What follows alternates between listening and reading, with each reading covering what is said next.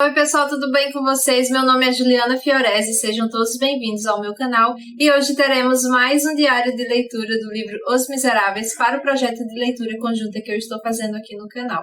Se você ainda não sabe do que se trata esse projeto, eu sugiro que vá aqui na descrição desse vídeo e veja o link com a playlist de todos os outros vídeos que já saíram sobre esse projeto. Os primeiros vídeos, inclusive, são explicando como é que tudo tem funcionado por aqui. Além disso, eu também deixei um link para download do nosso cronograma de leitura, e nesse cronograma tem todos os capítulos e todas as datas que nós leremos até o final do projeto em maio de 2021. Então, sinta-se convidado a participar também e sugiro que vá nesses links para conhecer melhor o projeto. Quanto mais gente lê Os Miseráveis com a gente, mais engrandecedora fica a nossa experiência por aqui. Lembrando que este não é um projeto de aprofundamento na obra Os Miseráveis e nem tampouco são aulas sobre o livro. É mais uma troca de percepções de leitura e é justamente isso que eu estou fazendo aqui com esses diários de leitura que eu venho postando ao longo desses dias que já se passaram. No vídeo de hoje nós vamos falar sobre 4 capítulos, são eles. O capítulo 5, que se chama No Restaurante Bombarda, capítulo 6, O Capítulo do Amor, capítulo 7, Sabedoria de Ptolomaiês e capítulo 8, Morre um Cavalo, todos esses do livro terceiro da primeira parte. Então, se você ainda não leu nenhum desses capítulos, eu sugiro que pare o vídeo agora e volte somente quando lê-los, pois nesse vídeo teremos spoilers. Vamos lá?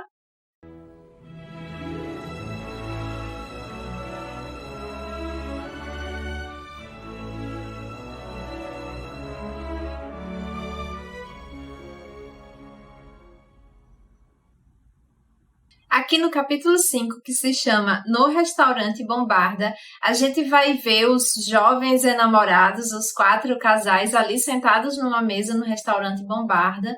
Eles estão ali na maior alegria, na maior felicidade, na maior bagunça, inclusive, e essa bagunça era não só em cima da mesa, mas por baixo da mesa também. Acho que as pernas, os pezinhos ficavam se encontrando, foi ali por baixo, né? Foi isso que eu entendi. Mas aí ele vai fazer também um apanhado geral do que estava acontecendo ali ao redor daquele restaurante em que eles estavam. E aí a gente vai ver que a população está muito alegre também e está com uma tranquilidade muito grande em relação à segurança monárquica.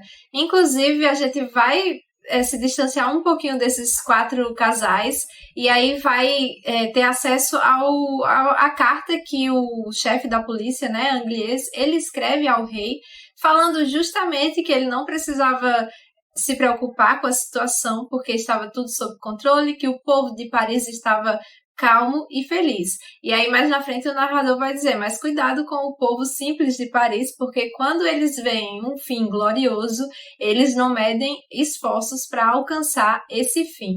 Aí sobre a tranquilidade que o policial quer passar para o rei, ele diz a seguinte frase: os prefeitos e a polícia não pensavam ser possível que um gato se transformasse em um leão.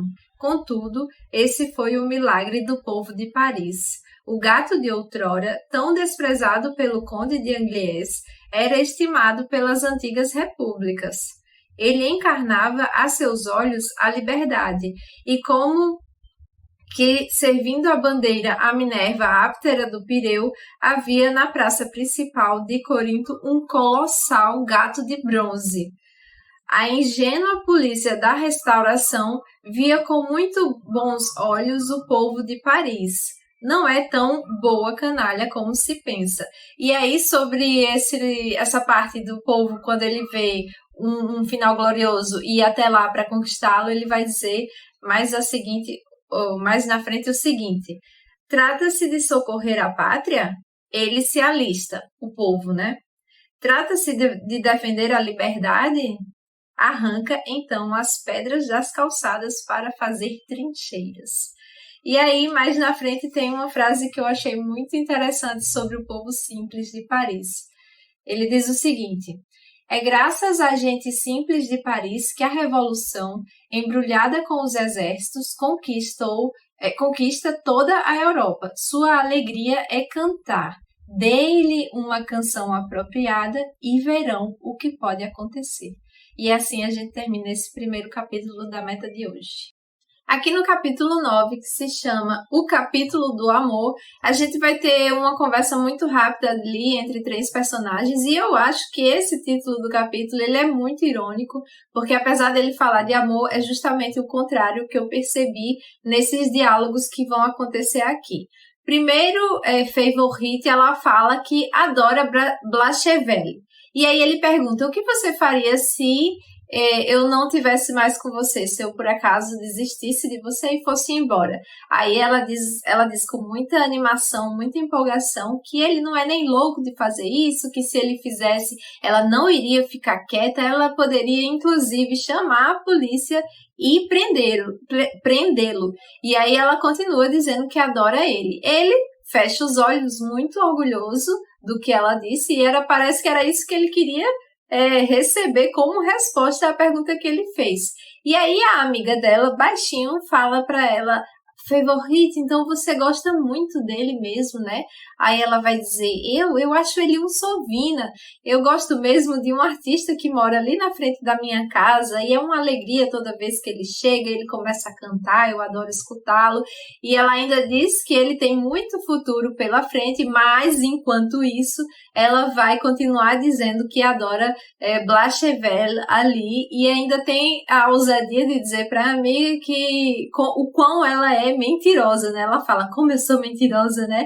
Mas para ela tá muito bem ali, porque ela, de certa forma, também tá aproveitando todas aquelas saídas, aqueles passeios e aqueles jantares, aquelas comidas que elas estão recebendo em companhia a esses rapazes, né? De certa forma, foi isso que eu fiquei entendendo, porque ela começa a dizer que tá comendo mal, muito mal, come-se num quartinho, ela faz as suas reclamações lá, mas é isso que fica pra gente, né? Que a gente escuta isso, mas Blachevelle, ele tá lá orgulhoso com a resposta que ela deu, sem escutar isso que ela tá falando, ou seja, por enquanto ela vai ficar aproveitando o que tem com Blachevelle, e no momento que o artista lá subir de vida, acho que ela vai atrás dele, mas assim, também não sei, né, porque ela é muito, não dá pra saber o que vai acontecer com ela, né, mas é isso que a gente fica sabendo aqui nesse capítulo, que foi muito rápido, da meta de hoje. Aqui no capítulo 7, que se chama A Sabedoria de Ptolomaios,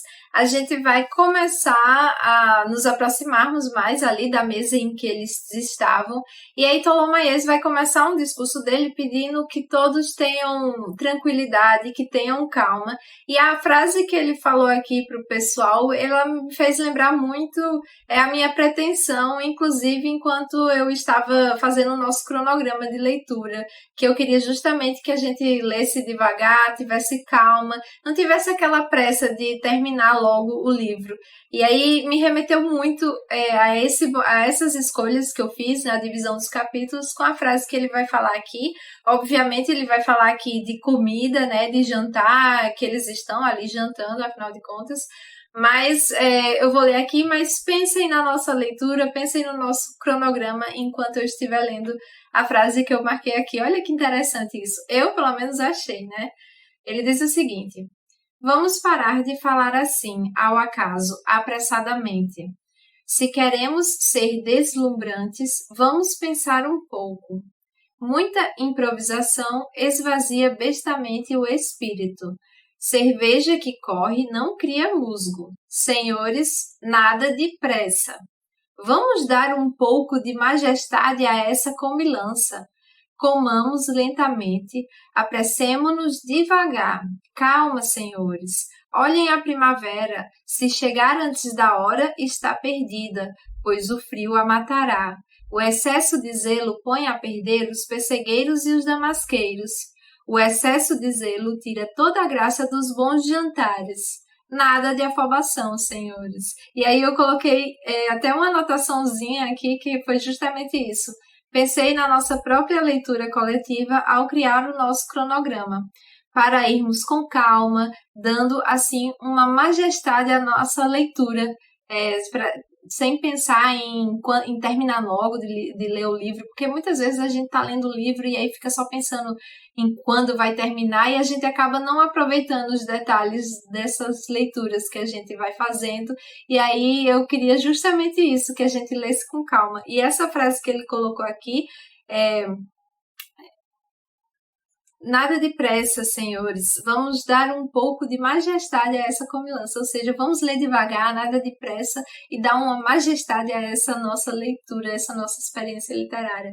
Quando eu terminei de ler esse capítulo, eu li outra vez, e aí eu fiquei pensando justamente no nosso cronograma de leitura. Mas aí ele vai começar a falar, pedir calma, tranquilidade, e aí os amigos dele de Ptolomaiês vão todos protestar, dizendo que a gente tem que viver alegre, tem que aproveitar mesmo tudo.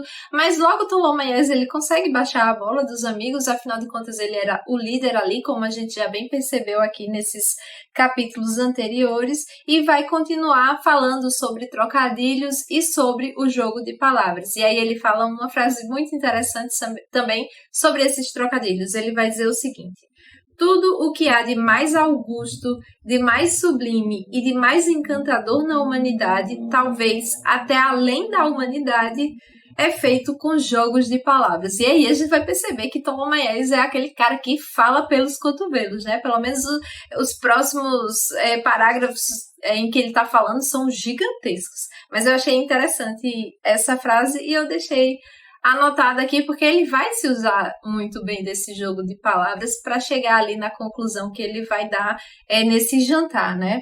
E aí ele fala que deve ter limites nos jantares e nos trocadilhos também, na comilança ali. Ele vai inclusive falar para as garotas, para as meninas que estão lá, que olha, vão com calma aí nas tortas, vocês já comeram tortas demais e isso não pode fazer bem. E aí ele, depois que ele fala isso, ele vai dar uma frase ali, ele vai falar uma frase com fechamento de ouro, que ele vai dizer o seguinte, isso é meio que uma dica, uma indireta, mas eu não quero falar muito, mas já fica aqui como detalhe, né? Ele vai falar o seguinte, depois que ele fala das tortas para as garotas: e guardem o que eu vou dizer, cada uma de nossas paixões, mesmo o amor, tem um estômago que não se deve empanturrar. E aí, mais pra frente, tem uma outra frase que é muito boa, que é: recomendo-lhes moderação nos desejos. É como se ele tivesse assim: vão com calma, tá, meninas? Porque elas estavam muito afoitas nesse relacionamento que eles só viam mesmo como um namorico ali. E aí chega um momento que Ptolomaiês ele vai falar para os garotos, para os amigos dele: e aí, vocês querem enfrentar mesmo o amor? Ou vocês querem mulheres? Se vocês escolherem enfrentar o amor, é muito simples. E aí, quando ele vai descrevendo tudo o que deve ser feito para enfrentar o amor e a visão dele de amor mesmo, é muito... Eu achei ridícula, eu achei muito indelicado da parte dele e até meio desrespeitoso com as meninas que estavam ali. Eu marquei aqui, mas eu não vou ler, tá na página 219 da minha edição, mas de qualquer forma, os garotos respondem que preferem as mulheres e que não querem enfrentar o amor, que ele pinta aqui de uma maneira horrorosa. E aí ele continua o seu papo e ele começa a dizer que ele fala desses limites, mas a gente vê que ele tá sem limite nenhum ali e que ele já tá muito bêbado, ele já tinha bebido além da conta. E aí ele vai começar a elogiar cada uma das garotas e no elogio dele eu meio que senti um pouco de zombaria também, de maneira sutil, assim, eu não sei se vocês sentiram isso também, mas foi uma coisa que ele elogia, mas ele fala uma coisinha ali que é uma pontadinha, eu não sei se as meninas perceberam, ou se, na verdade, não foi isso e eu acabei vendo dessa maneira. Me contem aqui nos comentários o que vocês acharam desses elogios que Ptolomaiês começa a falar para todas as meninas que estão ali na mesa.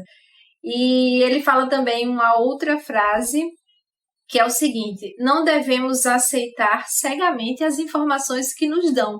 Isso é tão real e isso é tão atual também, né? Porque hoje em dia a gente recebe uma notícia e já compartilha, a gente nem vai se dar o trabalho de checar se aquela informação ela é se ela é verdadeira realmente, né? A gente nem liga, já vai compartilhando pelo título muitas vezes, e aí ele fala o seguinte: não devemos aceitar cegamente as informações que nos dão, ou seja, a gente deve ir atrás e deve pesquisar se aquilo é verdade, se aquilo é mentira. Isso aqui é uma lição que ele deu para as meninas, é uma dica aí para elas, mas é uma dica para a gente também refletir sobre essa pequena frase que chama atenção. E aí, depois de ele fazer todos os elogios às meninas, de falar sobre cada uma delas, ele vai falar sobre Fantine, mas ele já começa dizendo que não falará, só que aí ele fala, ele tá muito bêbado, né? A gente já percebeu isso aqui na história. Ele diz o seguinte de Fantine: nada direi de Fantine. É uma sonhadora, abstrata e extremamente sensível. Um fantasma com formas de ninfa e o pudor de uma freira que se desencaminha como costureira.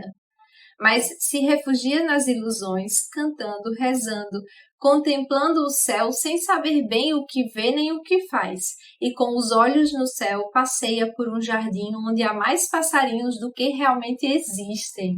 Ó Fantine, convença-se de que eu, Tholomyès, sou uma ilusão. Mas ela não me ouve, a loura filha das quimeras. Enfim, ela é toda frescor, suavidade, juventude, doce clarão matinal. Ó Fantine, digna de chamar-se Margarida ou Pérola. Você veio do mais belo Oriente. Aí, o que é que a gente fica sabendo? Ele sabe exatamente como Fantine é, né? Então a gente pode começar a analisar as ações dele, mesmo sabendo que Fantine era aquela menina iludida que via pássaros até onde eles não existiam de verdade, né?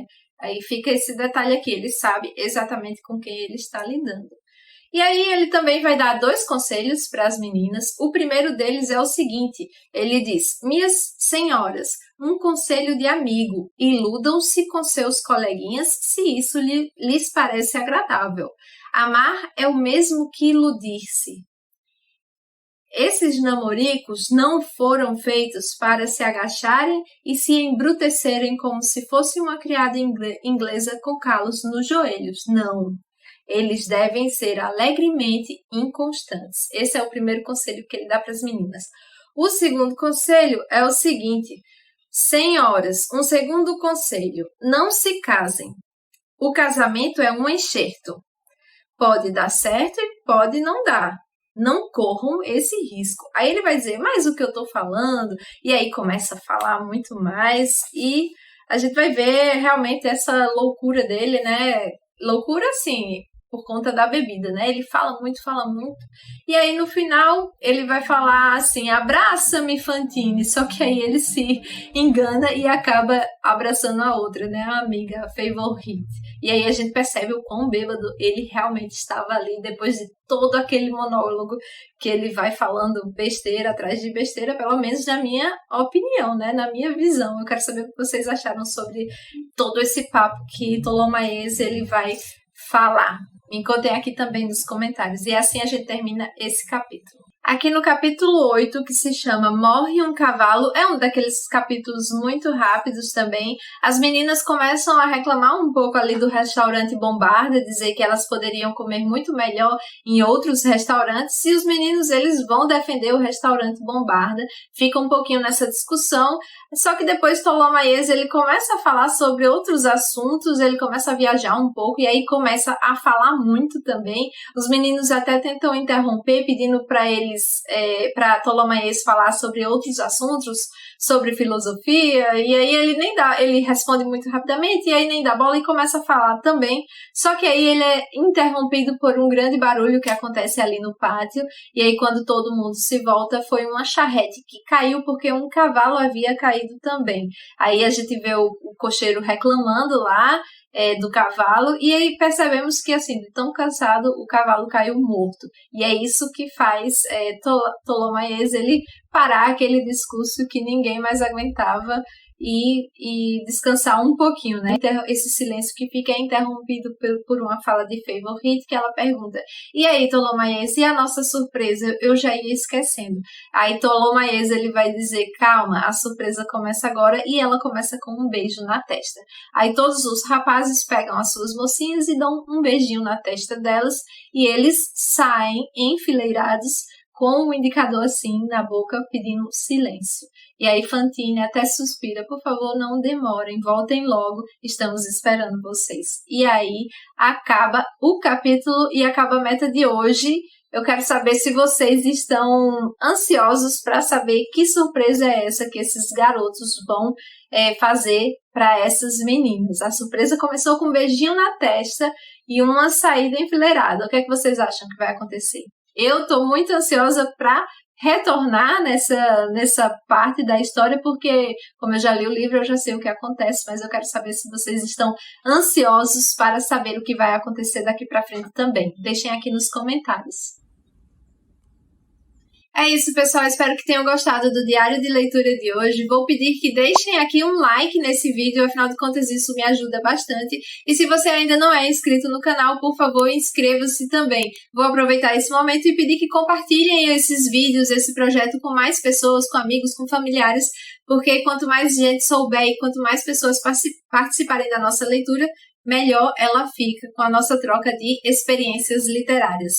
Vou aproveitar esse momento final, como tenho feito ultimamente, e lembrar para vocês que os marcadores de páginas com ilustrações que eu fiz dos personagens dos Miseráveis já estão disponíveis na minha loja online. São 8 opções e estão lindas. Eu já estou usando um outro marcador, né? Eu comecei usando o marcador do Jean Valjean e agora eu estou usando a da Fantine apaixonada, que é essa Fantine com a roupinha mais de saída. Eu tô adorando, mas em breve já vi que vou ter que mudar o marcador quando outra situação aí na história acontecer.